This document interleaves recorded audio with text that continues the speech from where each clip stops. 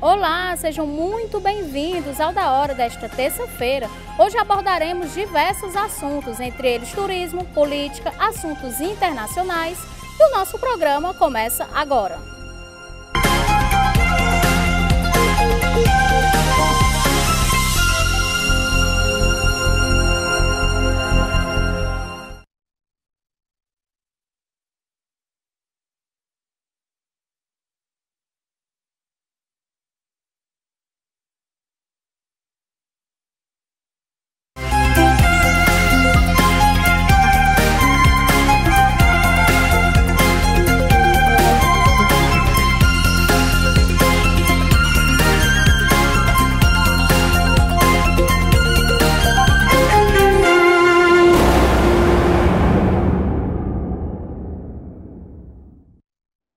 Sejam muito bem-vindos ao Da Hora desta terça-feira. Já estou aqui com a minha bancada, com ele, Luciano Clévio. Seja bem-vindo, Luciano. Eu ouvi falar que era Clever. Clever, desculpa, desculpa. Muito obrigado, é uma honra estar mais uma vez aqui com a Rochelle, com o Gabriel, dividir com a audiência os nossos pensamentos, as nossas opiniões, as nossas análises. E com o Gabriel Viana, o rapaz do esporte. Tudo bem, gente? Hoje a gente vai falar sobre uma pauta diferente aqui no Da Hora, né? Geralmente a gente não fala sobre turismo com tanta ênfase. Mas hoje nós vamos abordar mais, exatamente, né, Gabriel? Hoje a gente vai dar uma maior importância a esse setor tão importante da nossa sociedade e da nossa economia, não é isso, muito Rochelle? importante para a nossa economia. Mas antes disso, Gabriel, nós vamos começar falando do nosso quadro Ceará em Alta, que tem o apoio da Assembleia Legislativa, e vamos conhecer um pouco sobre Viçosa do Ceará.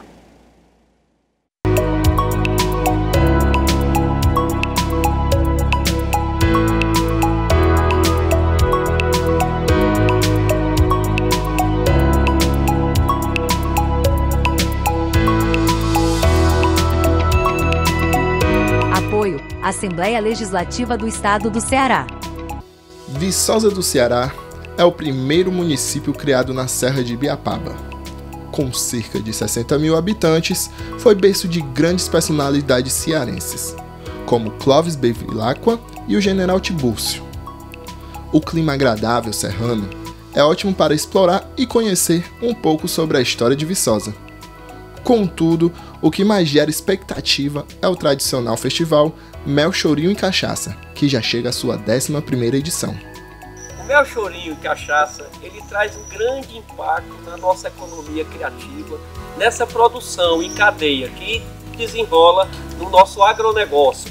O mel, o chorinho, a farinha de goma e o nosso artesanato. O evento gera um grande fluxo de pessoas pelo município, fortalecendo a economia local e também atraindo turistas para conhecer a Casa dos Licores, que é uma das paradas obrigatórias.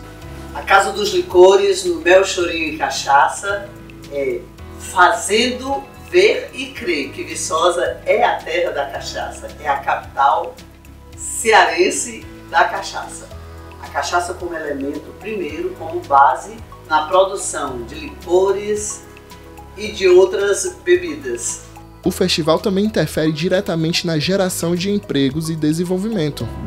Nós consideramos o Festival Mel, Chorinho e Cachaça como o nosso Natal na nossa região, porque nós conseguimos lotar os hotéis de Viçosa do Ceará até São Benedito, e isso provoca uma movimentação gigantesca aqui de visitantes da nossa região, e também com certeza traz benefício para nós, porque nós conseguimos gerar mais emprego, gerar mais renda. Durante os dias 8, 9 e 10 de junho, o evento Mel, Chorinho e Cachaça 2023 terá a temática Viçosa, capital da cachaça, terra dos engenhos, e contará com mais de 20 atrações locais situadas em frente à Igreja do Céu. Apoio Assembleia Legislativa do Estado do Ceará. Importante, né? Cidade de Viçosa. Sobre Viçosa, será uma das cidades mais antigas do Ceará, né? E foi a primeira que foi fundada lá na Serra da Ibiapaba, né, Clévio? E uma cidade bonita. Quem uma das conhece cidades sabe, mais né? bonitas e mais Sim, simpáticas organizada, da Serra. limpa. Porque você vê a Serra Grande, ela vai de Guaraciaba até o Bajara, Tianguá, Sim. aí depois São cai, Benedito, que passa por São Benedito, né? É. Serra Grande.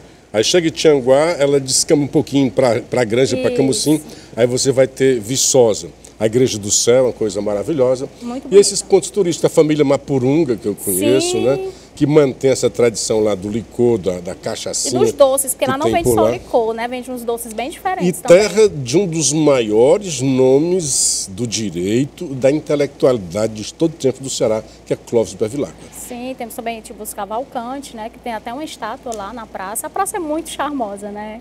Muito, vale a pena conhecer, Viçosa. É isso, agora a gente vai falar sobre festividades, né? Sim. Porque o São João de Maracanaú, realizado pela Prefeitura do município, e que vai do dia 10 de junho a 19 de julho, tá num assunto um pouco polêmico, né? Porque o cachê que será pago ao cantor da terra, o cearense Wesley Safadão, é de aproximadamente R$700 mil para se apresentar uma noite. Logo depois, aparecem os cachês de Alok, com R$475 mil, da cantora Cláudia Leite, com 400 mil, Léo Santana, com 350 mil, e os cantores Alexandre Pires e Seu Jorge, com 580 mil. O São João de Maracanaú desse ano terá 40 dias de festa e vai acontecer na Avenida Padre José Holanda do Vale. A cidade junina contará com uma mega estrutura de 70 mil metros quadrados, com arena de shows, cidade cenográfica, quadrilhódromo, um avião Boeing 737 para visitações, sessões de cinema e diversas atrações para toda a família.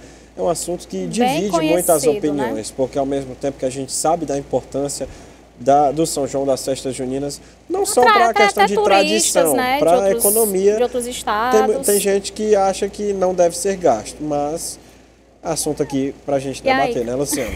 Eu acho assim, pessoal, olha, você chamou essa atenção, olha, a polêmica porque o cachê do cearense, isso me encheu de alegria, como uma festa de São João, em ver que um cearense está ganhando mais do que a Alok, do que todas as outras atrações que não são do estado. O que a gente vê por aí é exatamente o contrário. O talento aqui local fica lá embaixo. Mas não é valorizado. Safadão é um cara que a gente às vezes tem uns preconceitos, né? Safadão é o cara que dentro do mercado de entretenimento se deu bem e hoje é uma grande estrela. E pelo que eu vi dos cachês, também, né? E soube se fazer, né? Então a gente tem que valorizar as pessoas que fazem acontecer, porque aqui a gente tem a mania de querer criticar. Se o cara faz sucesso, ou é ladrão, ou é viado, ou é corno, né? Então, parabéns, assim, porque ele fez, né? Quem gosta, quem não gosta da música dele, mas no mercado, nesse mercado aí, ele está muito bem, se fez, e é um cearense que faz muito sucesso. A outra coisa é a festa de São João. Deve a prefeitura gastar? Eu creio que sim, eu acho que tem que ter as coisas também do mundo, também do divertimento, e a população lazer, gosta. né? E eu acho que tem que perguntar à população, vocês querem a festa? A festa custa tanto, devemos gastar? Eu acho que deve ser essa a pergunta. Gosta? Quer? Então, lá vamos fazer a festa para vocês brincar, que já se tornou, e a gente está falando de tradição, turismo, né? né? Leva gente, leva também, movimenta a economia do município, do estado, né? E aí atrai não só turistas daqui, como vem pessoas de outros estados para assistir às quadrilhas, né? As famosas quadrilhas, assistir a competição. Tem gente que vai também mais para isso. Sem dúvida, né? Que é algo que já é tradição em Maracanaú, sabe? Que é um dos melhores festivais de quadrilha que tem É lá, coisa né? nossa. Eu agora mesmo estou vendo a minha filha pelejando, que aí vê um show da Taylor Swift lá em São Paulo. E, puxa vida, né? Então, bom que venham ver as nossas coisas. Vem a Taylor Swift, ganha um dinheirão também. Vem lá de fora, tudo bem que não tem investimento público, né? Mas assim, tem as pessoas que gostam de rock, tem as pessoas que gostam dessas celebridades internacionais, mas que gostem também e que a gente possa também brilhar e apoiar os talentos locais. É a nossa cultura, o São João é uma coisa nossa. E muitos de nós às vezes não gostam, né? Mas sim, a gente pode também levar em consideração os empregos informais, né? Que vai ter também no dia. Não, Gila, você vê as imagens da quantidade de gente consumindo, né? Pena que consome muito cachaça também, né? Mas consome muita coisa, então gera uma economia, muita gente vai lá se divertir e um outro tanto de gente ganha dinheiro. Vai trabalhar, né? Para só conseguir um dinheiro extra, né? As vagas temporárias também. Como são 40 dias, né? Tem também o pessoal que trabalha na organização, né? Porque vai ter camarote, não só diretamente ali, né? Na festa, porque a cidade de Maracanaú, no dia do evento, recebe pessoas de toda a região metropolitana, recebem pessoas de Fortaleza que vão para lá. Então movimenta a economia da cidade como um todo. Leva dinheiro pra cidade, restaurantes, pousadas, sim, hotéis. Que provavelmente Maracanã não tem todo esse suporte, acaba se hospedando em Fortaleza, né, que também gera aqui o turismo. E a gente que trabalha com eventos sabe que existe o pré, o durante e o pós. Então existe aí toda uma organização, com certeza, para que esse evento, né, seja entregue da melhor forma possível.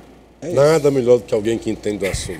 Não. O assunto agora é combustível, né? Vamos falar de combustível, porque Fortaleza tem o terceiro preço médio da gasolina comum mais alto do Nordeste, R$ 5,35 litro. É o que aponta o levantamento da Agência Nacional do Petróleo, Gás Natural e Biocombustíveis. Os dados correspondem ao período de 28 de maio a 3 de junho, em uma pesquisa feita em 47 postos de combustíveis. É o preço mínimo de revenda encontrado na capital cearense, foi de R$ 5,23 e o valor mais alto, R$ 5,59.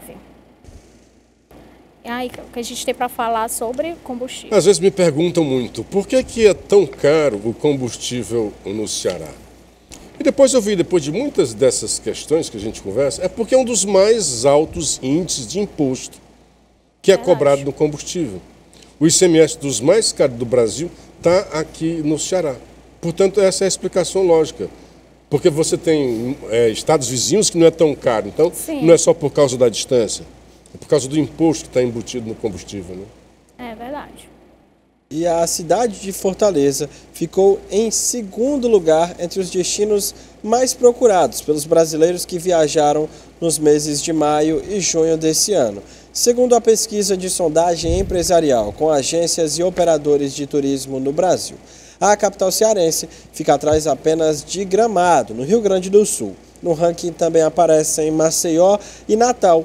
Conforme o levantamento, o destaque da região Nordeste, com 3 cidades entre as 5 mais procuradas, é explicado pela preferência de 45% dos viajantes por destinos de sol e praia, com a combinação água, sol e calor como principal motivador para essa viagem. Aí, as imagens da beira-mar de Fortaleza. O que atrai realmente é o litoral, né? A gente sabe que o turismo tem diversos segmentos ecológicos, serra e tal, mas o que atrai realmente os turistas é o litoral, é o sol, né, que é o ano todo, quase todo de sol, né, de calor, né, Luciano? Mas tem algo mais, porque nós temos uma costa enorme no Brasil, né? Então, por que Fortaleza se destaca? Nós temos a Bahia com praias lindíssimas, nós temos Maceió, Alagoas, né? Alagoas com praias que belíssimas. Também aparece nesse ranking, né? Também aparece. Por que Fortaleza? Porque também tem um povo maravilhoso, Rio Grande né? do Norte também. É um povo maravilhoso e, assim, Fortaleza cresceu também sabendo em torno desse turismo. Então, melhorou a qualidade do serviço. A gente já foi muito ruim. Hoje é visível a melhora, a capacitação das pessoas, dos restaurantes, da logística toda que trabalha com turismo. E se você verificar, você chega ali na beira-mar, toda a estrutura, toda a logística, todo investimento é para o turismo. Tudo assim, tem turista ali e eu vou fazer isso para o turismo. Às vezes a gente paga, nós os nativos, paga porque às vezes cobra um preço que são acostumados a pagar em dólar, para nós fica meio complicado, né? E inclusive lá no Mercado Central, existe o preço para o turista, mas se você disser que mora aqui, você não paga o mesmo valor. Que legal, onde é isso mesmo? Você tem que provar que você é daqui, porque existe tem que levar o comprovante de endereço, né? Realmente tem essa disparidade realmente de preço para o turista, né? É algo que tem que ver. O turista, porque nós vamos sempre barganhar. O turista vai achar barato, o cara ganha em dólar e vem pagar aqui em real, né? Dólar em euro, né? É isso, mas a gente tem visto realmente todo o investimento que tem, né? Lógico que ainda falta muita coisa, principalmente na área da segurança, a gente sabe que isso daí tem que ser batido, mas a gente viu que os equipamentos melhoraram bastante, né? Existe toda uma acolhida para o turista, diferentemente, por exemplo, né? no Rio de Janeiro, que aqui e acolá você vê uma coisa, faz tempo que você não vê nos jornais um turista que sofreu um assalto, foi vítima de uma violência, da insegurança. Faz tempo, graças a Deus. É bom nem falar para não... não é eu bom nem creio falar. que junto no pacote Fortaleza vem o pacote litoral cearense, né? Porque as pessoas vêm para cá e querem conhecer o litoral leste ali com Canoa Quebrada, Beberibe e também o litoral oeste, que tem a praia de Jericoacoara, que a gente vai falar, inclusive, aqui no nosso programa, mas claro, tem outras praias ali no litoral. Sim, nós temos lá em Capuí, tá aí uma boa explicação em Capuí também, né? Também nós temos praias uma boa explicação para Fortaleza, porque Fortaleza, além de ser uma cidade belíssima, linda, de um povo maravilhoso, embora maltratado por algumas gestões, tem também o polo, que centraliza o avião, chega aqui e você vai para Capuí, Canoa Quebrada, Morro Branco, Você vai para o lado de cá, vai para Taíba, vai para Flecheira, vai para Icaraizinho, né? A Montada, que é uma coisa belíssima também, está se desenvolvendo lá. Jericoacoara, que já é clássico, né? Então, tudo isso Icaraizinho de Montada, né? Não tinha nem restaurantes, o centro lá era bem parado e hoje já está desenvolvendo bastante. Por exemplo, eu fui vítima lá. Eu fui lá para Icaraizinho, não tinha, fui para Moitas, né? Que é vizinho. Sim. Aí eu fui lá, como é que faz e tal, não tinha onde encontrar, que a gente não tinha se planejado, né? Ah, vamos lá. Aí eu fui para Moitas, aí tinha lá no Booking, né? Sacanagem do Booking também. Ah, uma casa rústica. Aí quando você chega lá, a casa não é só rústica, é muito rústica. Porque o banheiro é do lado de fora. E é no relento. Se estiver chovendo, a moça, está aqui o guarda-chuva, que se estiver chovendo de noite. Mas não é só o guarda-chuva. E se tiver uma insegurança ali, o cara ficar aguardando na hora que você for ao banheiro, né? Então isso não estava, por exemplo, no motivo. Eu expliquei para o Booking, não, ok, não tem reembolso, paguei. Eu acho que isso é ruim para o turismo. Então estão aprendendo a fazer, não caiam nas armadilhas de a todo custo querer lucrar, porque isso prejudica o coletivo como todo. Arranjamos no outro local coisa maravilhosa, mas convive lá. Em Moitas, né? Em Moitas. Ah, sim, Moitas, então. Porque ainda está desenvolvendo também, da mesma forma que Icaraizinho ainda está. Aí aparece aqueles caras que querem ganhar. Eu sei que não era. A moça chegou lá, mas é muito sem noção. Coloquei que a casa era rústica e botei uma foto. Na foto você vê, mas não vê nem que aquilo é um banheiro. Quando você entra, aí o banheiro, não, o banheiro é do lado de fora, está aqui um guarda-chuva se estiver chovendo. Era rústica, mas era rústica demais, né? Tinha que deixar isso muito claro. Né? Não pode fazer pegadinha com o turista, porque ele não volta lá. É isso que a gente tem que trabalhar, essa questão, o que é que faz com que o turista volte, né? Porque praia tem tudo quanto é canto. Aí tem que ver o atendimento, a questão dos hotéis. Estou falando do Ceará, tá? A gente continua falando em praia, agora sobre Jericoacoara, né, Rochelle? Porque o segmento de hotelaria de luxo em Jericoacoara ganhará mais um projeto de grande porte, com previsão de 500 milhões em investimentos. O Alchemist, que é um grupo italiano na Europa e no Brasil, anunciou a construção de um novo resort às margens da Lagoa do Paraíso, um dos ícones de Jeri. Chamado de Vila da Amizade, um empreendimento que tem parceria com a Suíça Investimentos Imobiliários, prevê 600 apartamentos divididos em 10 vilas temáticas inspiradas em famosos destinos internacionais. Ao longo do projeto, a estimativa é que sejam gerados 2.000 empregos. Em torno de 200 vagas serão criadas para o setor de vendas. E o restante será absorvido nas obras e na operação. O empreendimento será entregue em etapas. Conforme a empresa, a primeira deve ser concluída até o fim de 2027. Quantos empregos serão gerados? Antes de você fazer o seu comentário, a gente tem que ir para a primeira pausa do Da Hora dessa terça. Já já a gente volta a falar sobre a rede hoteleira lá de Jericoacoara. Até já!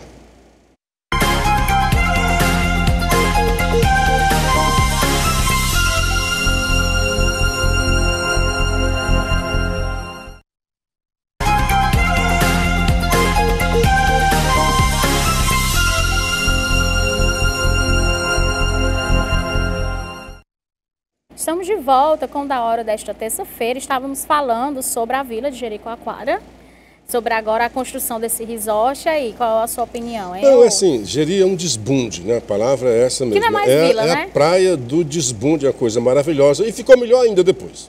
Eu também não sou esse, cadê o saudosismo de Jeri? Eu amei Jeri nos primeiros momentos, né? E amo Jeri também na atualidade. O problema que eu acho, e é o risco que se corre, é de exploração. Eu já soube que tem coisa muito lá que explorando demais, e isso é aquela história de você matar a galinha dos ovos de ouro. Temos que ter muito cuidado, cuidar muito bem do nosso tesouro, que é Jericoacoara, na sua preservação, mas também quanto à exploração. As taxas que ouvi dizer cobram lá são exorbitantes. Não só na exploração da natureza e das taxas, mas também do povo nativo, que muitas vezes serve como uma mão de obra barata, né, para essas grandes empresas que agora vão começar a chegar, né? Eu creio que uma boa remuneração vai fazer com que esse pessoal trabalhe ainda mais feliz e trate ainda melhor o turista. E aí é um ciclo. O turista bem tratado vai voltar. Eu penso assim. É questão mesmo de ambiental, Gabriel, essa questão da construção desse resort, tem que ver também a localização, questão de preservação. Não, o Gabriel às vezes dá umas, né? Porque, assim, essa história, por exemplo, os caras já vão para lá sabendo que vão ter uma mão de obra barata. Porque aqui no Brasil a gente então, sabe ouça o que o Gabriel diz, pague bem os seus empregados, porque eles vão se qualificar, vão tratar melhor o turista e vão trazer mais lucro para o seu negócio. Tudo é um ciclo. O turista vai voltar, cadeia. vai ter mais dinheiro para você, o seu empregado vai ter boas condições de vida, então tudo funcionando bem, acho que só tende a melhorar. E voltando, e cuidado, questão de preservação, né? Porque constrói, tá lá, a duna do pôr do sol tá acabando. Olha, mas olha, o pessoal fica assim, né? A duna, gente, a duna existe, a natureza da duna é se mover.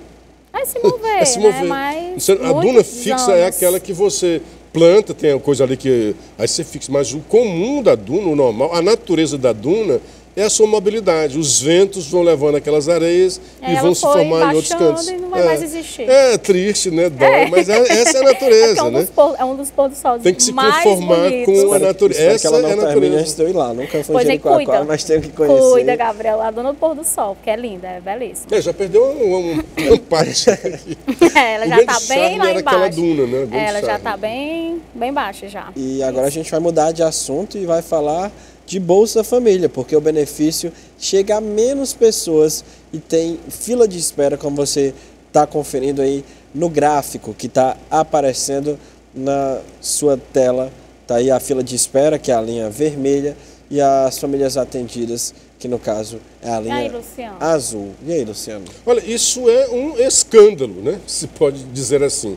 Porque houve um aumento que foi chamado de PEC da gastança, e o Lula diz, olha, nós estamos querendo mais dinheiro. Esse foi o argumento. Está aí na tela para quem está em casa analisar. Esse foi o argumento. Nós precisamos de mais dinheiro, gera 105 bilhões, foi acrescido de 75 bilhões por aí, né? Os números estou citando de cor, para fazer frente. O que o Lula disse? Eu vou pagar um pouco mais e vou atender mais. O que aconteceu? Está pagando menos gente, como você vê na linha azul, caiu. Estava lá em cima, caiu. Acho que mais ou menos lá no azul, 2022 para 2023. Outra coisa, né? A outra promessa dele, eu vou zerar a fila do Bolsa Família. Ora, zerar é fácil, só que continua.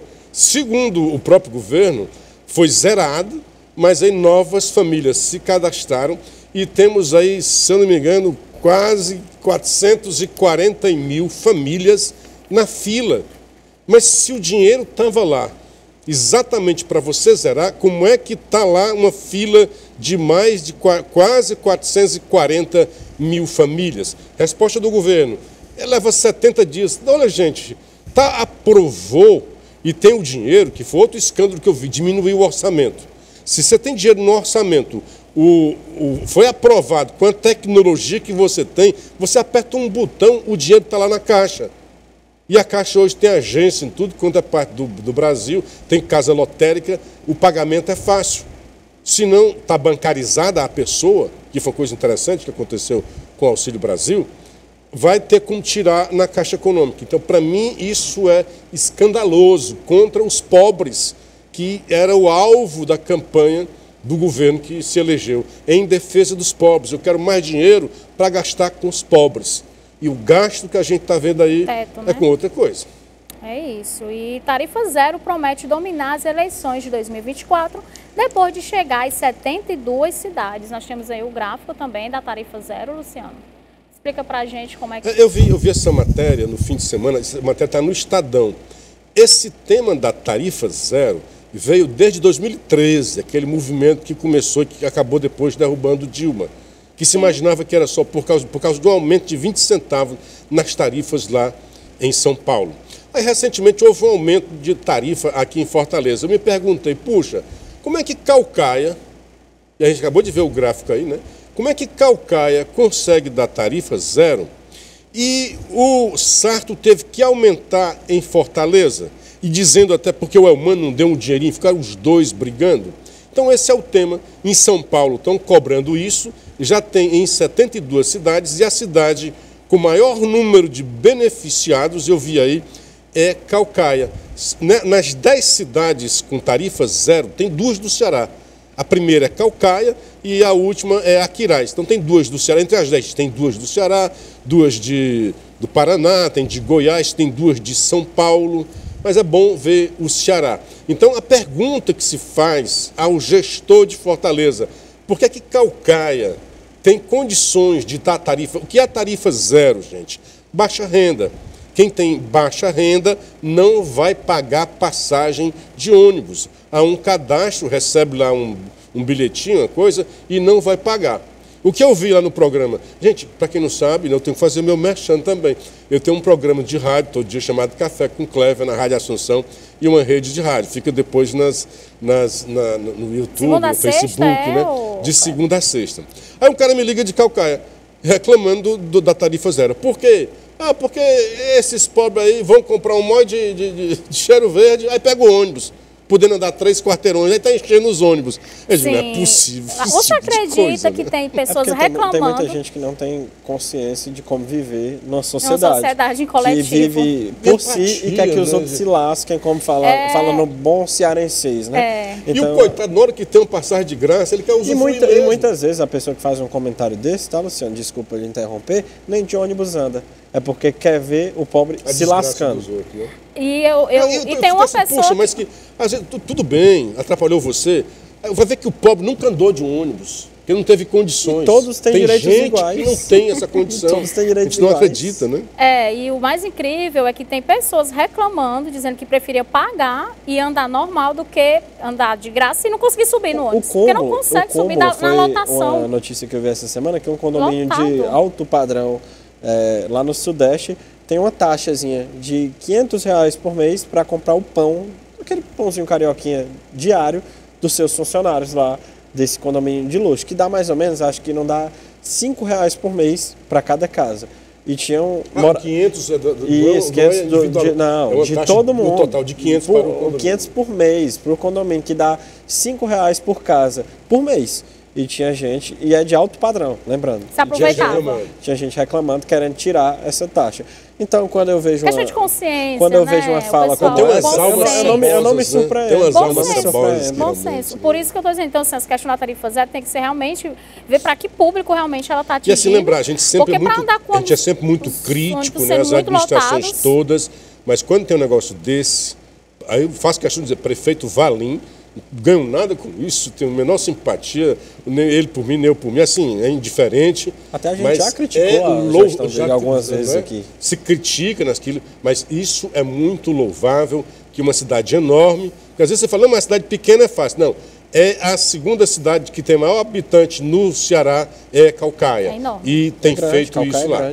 Tarifa zero. É um exemplo para o prefeito de Fortaleza e da Aquiraz também, né? Mas que tem que seja feito para bom uso realmente. Região metropolitana acho que seria bacana, né? Um dos motivos é gerar economia no centro, porque as pessoas vão comprar no centro e aí gera economia dentro do município, né? Então, isso, e que realmente seja esse motivo, né? Não, é para alcançar, mas Rochelle, assim, alcança aquelas pessoas, é porque você ganha bem. Aquelas pessoas que ganham um salário mínimo, às vezes menos que isso, gastar todo dia R$4, acho que é R$4 de ida, 4 de volta, né?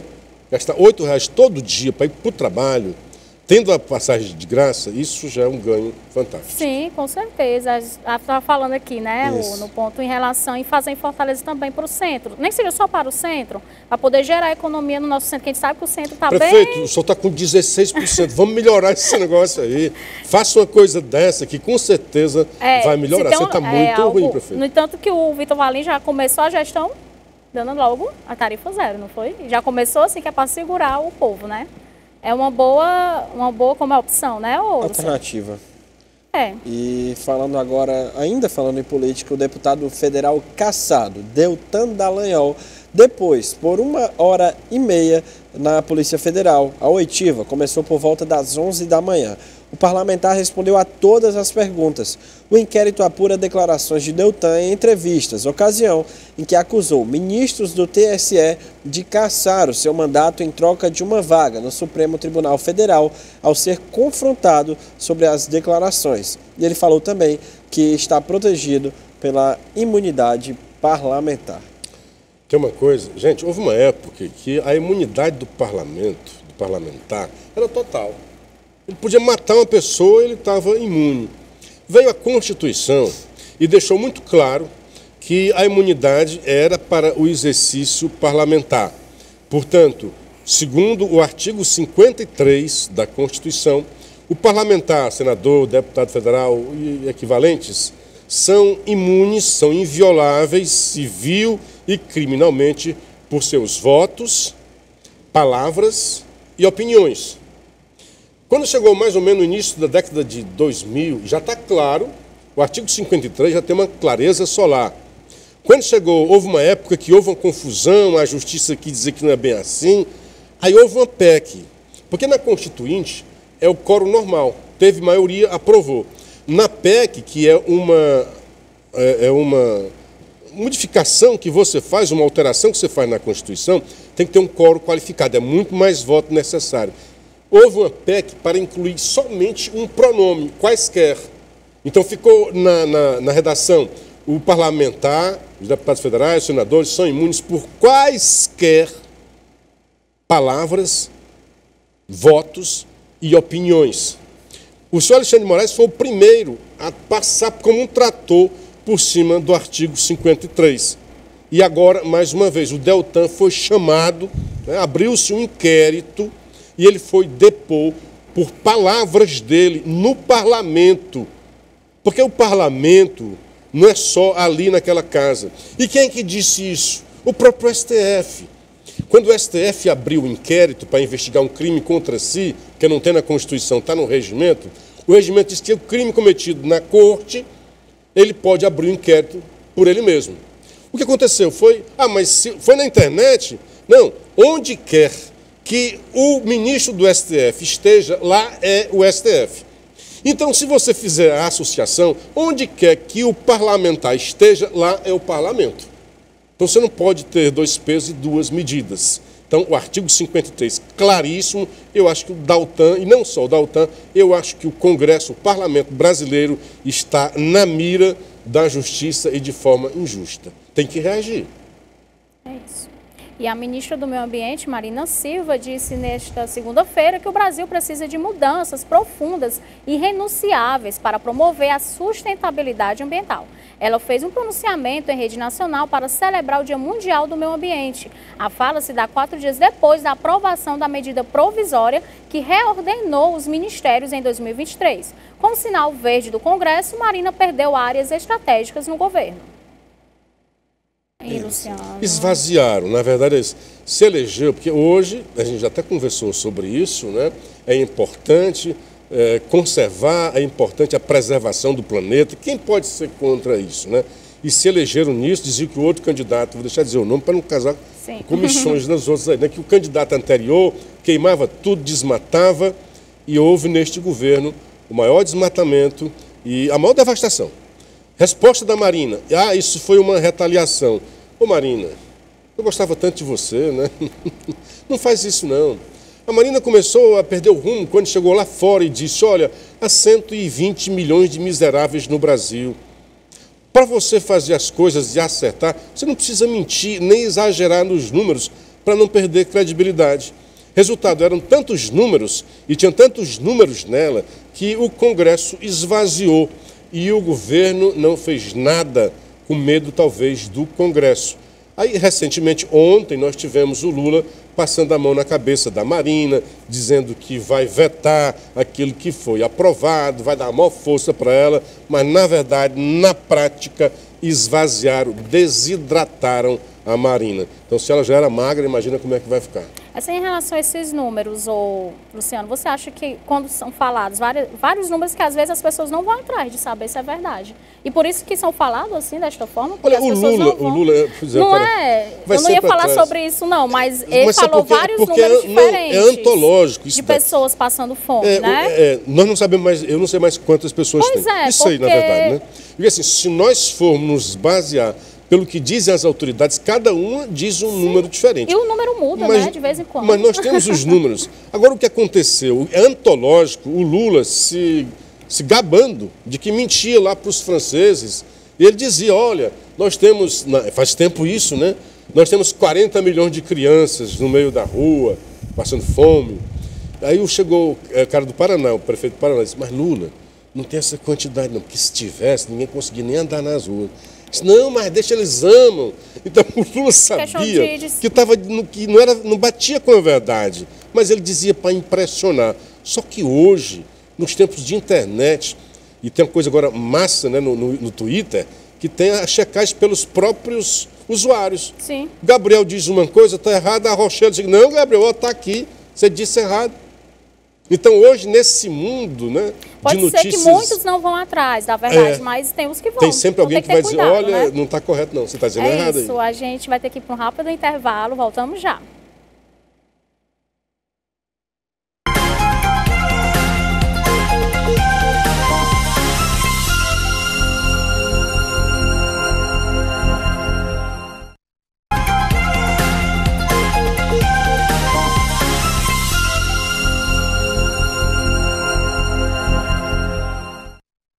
Estamos de volta com o Da Hora desta terça-feira. Estávamos aqui falando sobre a Marina Silva, não era? Sobre os números. Eu me lembro que no Dia do Meio Ambiente, até falei, olha, depois que os europeus devastaram suas florestas, aí vem um ouvinte, vai checa, né? Como vocês não tem, mas tem uns que checam. Olha, Luciano, você não disse a verdade, não. Ainda tem muita floresta. Eu digo, amigo, nesse caso aí, era uma força de expressão. Eu não falei números, né? Que eles realmente devastaram. Naquela época não tinha essa preocupação. Hoje eles se desenvolveram e não querem que os países em desenvolvimento façam aquilo que eles fizeram, de devastar. Assim como a gente fala, os americanos mataram os seus índios. Está cheio de índio ainda por lá, mas é uma realidade que eles mataram muitos índios e a gente fala, mataram os seus índios, como diz, devastaram as suas florestas. Como disseram que no governo anterior, devastaram a Amazônia, tocaram fogo na Amazônia, né? Tinha até girafa por lá, não era? É isso, Gabriel. É isso, e o presidente da Câmara dos Deputados, Arthur Lira, disse que o Congresso Nacional de 2023 é conservador e liberal. Segundo ele, algumas pautas mais à esquerda não terão chance de aprovação na casa, sendo necessário que o presidente Lula esteja ciente disso. O Congresso não é um Congresso que foi eleito progressista de esquerda, é um Congresso reformador, liberal, conservador, que tem pensamentos próprios, foi o que afirmou Arthur Lira.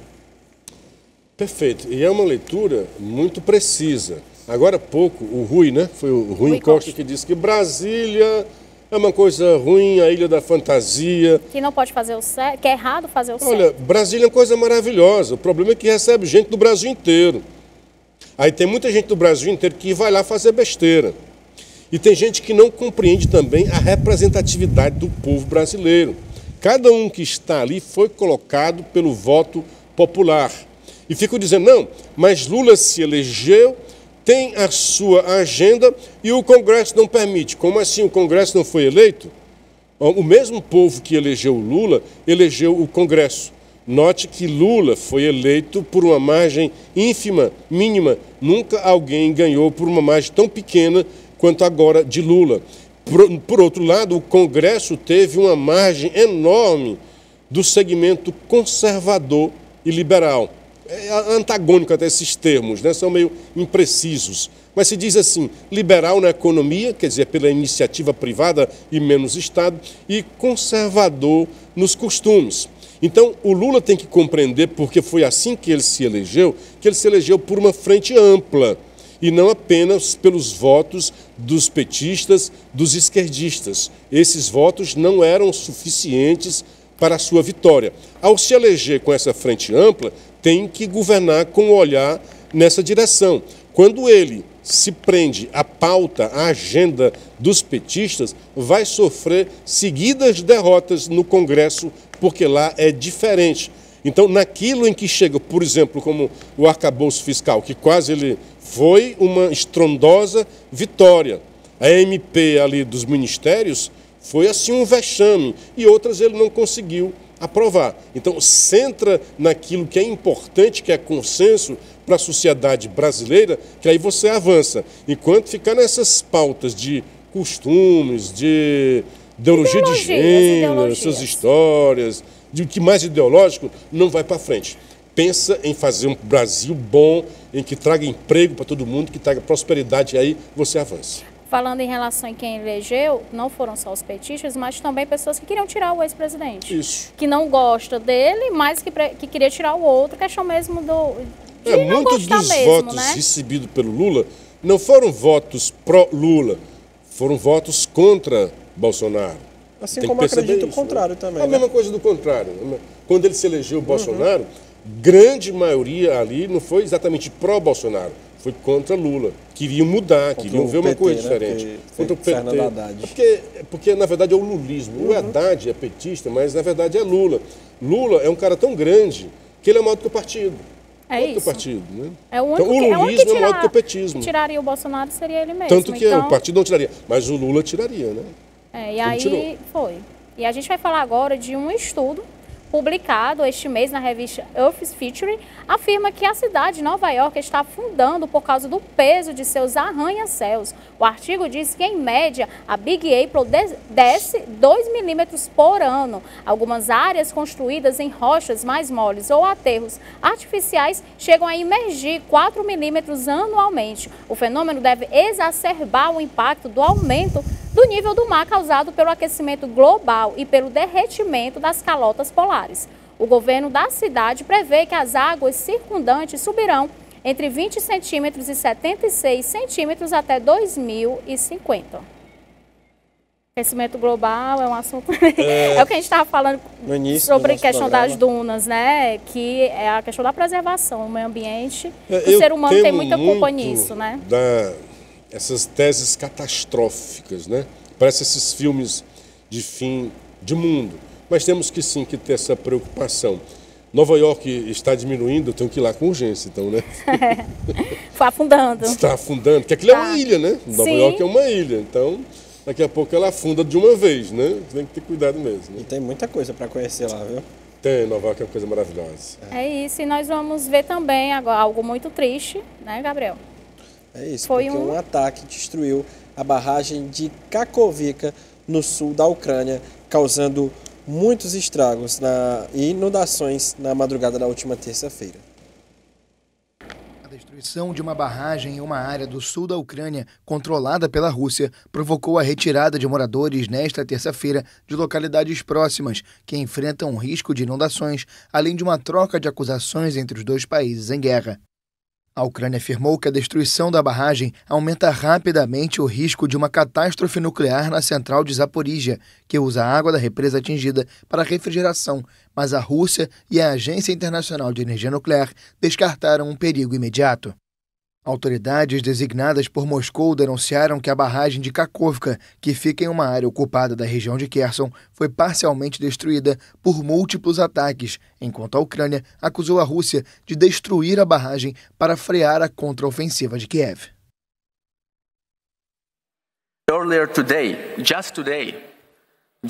Mais cedo, a Rússia destruiu uma grande represa localizada na Nova Kakhovka, causando significativas evacuações, grandes danos ecológicos e ameaças à segurança da usina nuclear de Zaporizhia.